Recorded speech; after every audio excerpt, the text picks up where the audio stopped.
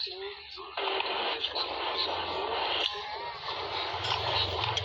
para sa'yo ito. Sige na, kumain ka ba? Ikaw ang kumain.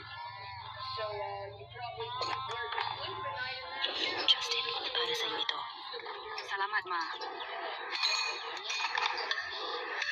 Matigas ang bibig ni Paisley.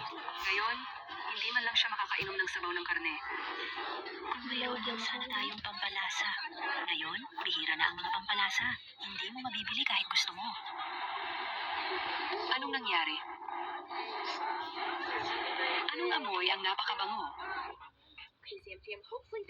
Kaninong bahay galing ang masarap na amoy na yon?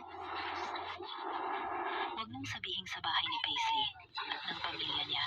Imposible. Kahit dilata nga, hindi nila kayang bilhin. Paano pa kaya sila?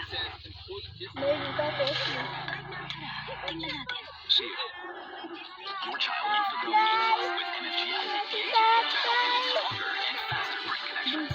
Beautiful, durable Algin furniture, perfect for your